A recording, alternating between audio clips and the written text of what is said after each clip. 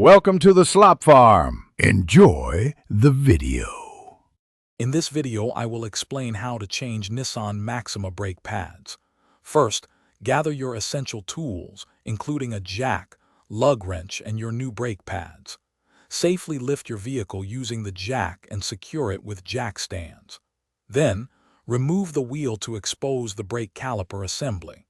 This preparation ensures a smooth and safe process for replacing your brake pads. Next, you'll need to unbolt the two caliper guide pins, allowing the caliper to swing open. Gently slide out the old brake pads from the caliper bracket. They might be a bit snug. Before installing new pads, use a C-clamp or a specialized piston compression tool to push the caliper piston back into its housing. This creates space for the thicker new pads.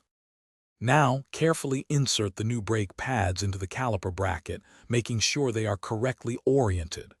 Slide the caliper back over the new pads and reinsert the guide pins, tightening them securely. Finally, reinstall the wheel, ensuring the lug nuts are torqued to the manufacturer's specifications. Then, safely lower your vehicle back to the ground. After everything is reassembled, pump your brake pedal several times before driving.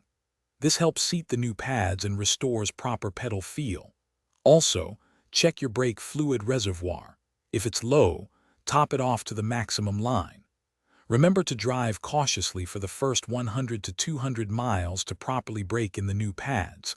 For more great deals and to check out the Oala water bottle, look for the links in the description below. Thanks for watching. Consider subscribing if we helped you today.